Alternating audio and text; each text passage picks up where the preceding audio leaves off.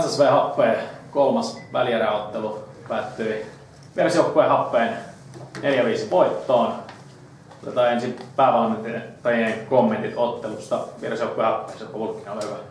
No, erittäin tyytyväinen tietysti on voitosta, se on ihan päiväselvä asia, mutta päästiin mukaan oikeastaan tuossa kolmannessa erässä vasta siinä loppuvaiheessa, että rupesi se meidän kone käymään niin normaalilla kierroksilla. Että onneksi pysyttiin hyvän puolustuspelin ja hyvän molempien ansiosta niin voittotaistelussa kuitenkin mukaan, vaikka me ei pelattu hirveän hyvin sitä kahta ensimmäistä erää. SSV painoi päälle niin pirusti ja voitti kaikki kaksinkamppailut, että näin oli tosi vahva siinä ja kyllä oli saada meidät siltaan, mutta kyllä siinä vaan sitten palaan kerrallaan mentiin eteenpäin ja kyllä se sitten rupesi vähitellen taittumaan. Varsinkin kun sen tasoitusmaali tuli, niin mä ajattelin, että nyt ollaan aika vahvoilla, saatiin hirveet juoksemaan oikeita rataa sitten.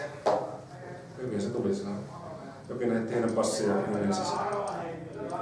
Ja sitten SSV-päävalmentaja Mika Ahonen, kommentit on. No joo, kyllä tämä tietysti ajoittaa oli vähän sen näköistä, että pitää ollakin, mutta pikkusen vähän itse niin tuon pallon kanssa. Kyllä nyt karvaus toimii sillä tavalla, että ei niistä tule tilanteita, mutta tuon pallon kanssa ollaan vähän liian varovaisia edelleen. Kestää syötöt vähän liian kauan aikaa ja sitten ei ole laatusyöttöjä semmoisia, että pystyttäisiin lähteä peliin mennä eteenpäin. Että on vähän sitten jää vähän taakse tai sitten alkaa pomppia. Se niin siihen syöttöpeliin vielä ja niin siihen pallolliseen peliin, niin meidän pitäisi olla vielä huomattava vetoaminen tässä näin. Se oli ajoittaa, oli niin hyvää. Mutta pienet marginaalit nämä aina tämmöisissä peleissä, että siinä toinen se voitti ja nyt se oli Happeen vuoro tänään ja lauantaina uusi peli. Sitten otetaan pelaajien kommentteja. Happe ja Hans Jokinen, ole hyvä. No,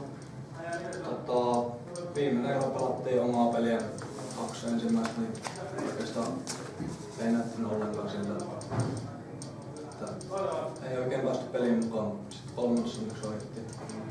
Aina pelattiin kanssa. Sitten SSV, Lauri Stefan. Joo, ei viitti toistaa samoja asioita kuin muut. Se on 2 erää oltiin mun mielestä edellä siinä ja saatiin hyvin tilanteita kaverin maalille, mutta ei vaan saatu sisään sen enempää ja koko ajan Happe oli siinä maali takaja-asemassa ja lopuksi tuli tasoinkin sieltä.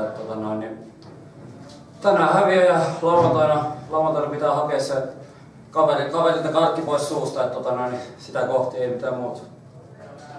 Pelistöllä kysymyksiä pelaajille valmentajille. Anu, mielestäni selvästi Happeen siirtyi ote tuossa loppuakoiden ja jatkoajalla, että minkä takia näin? No eihän se, jos aina kun sä toinen, kun tässä kummatkin joukkueet osaa pelata pallolla kohtalaisesti, aina kun sä pallon menetät, niin sit se ei ollut lähteä puolustamaan. Kyllä se selkeästi on tuossa noin, kun me tehtiin jopa siinä niin kuin alivoimanakin, niin siinäkin taas saman tien pallon menetys, koska on pitänyt palloa. Että pelaajat on siellä niin ja se on niillä vaativa tehtävä siellä olla, että kyllä jos sä pystyt pitämään omilla, niin sittenhän aina kaverilla se vuoro tehdä. Että, niin kuin sanoin, vähän varovaista on edelleen. Tässä niin kuin pitää yrittää poikia kannustaa ja uskaltaa pelata. Ja nämä valmentajat aina puhuvat, että pitäisi uskaltaa pelata. Kyllä se rohkeutta vaatii. Tässä edelleen tilanne on ihan harkkinoilla ja käydään ottaa kaikki pois. Muita kysymyksiä? No siinä tapauksessa aika kiittää herroja. Kiitos.